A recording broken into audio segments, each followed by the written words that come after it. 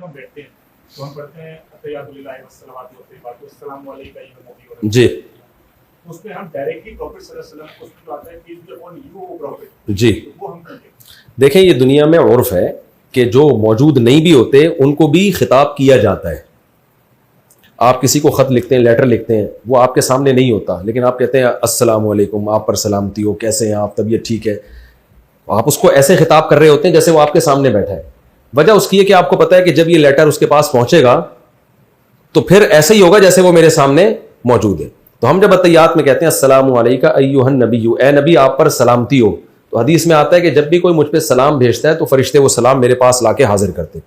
تو ہمارا message as it is فرشتے اٹھا کے لے جاتے ہیں. تو اس کا یہ مطلب نہیں ہوتا کہ اس وقت نبی ہمارے سامنے موجود ہیں، یہ مطلب نہیں ہوتا. ایسے ہی ہے جیسے میں کسی کے ذمہ لگاؤں یار فلاں کو جا کے کہنا کہ آپ کو میرا سلام ہے بھائی، کیونکہ بھائی وہ تو سامنے نہیں، آپ کہہ رہے ہیں آپ کو میرا سلام ہے. میں کہوں گا بھائی جب تم سلام پہنچاؤ گے اس وقت کہاں ہوں گے، وہ بندہ آپ کے سامنے ہوگا.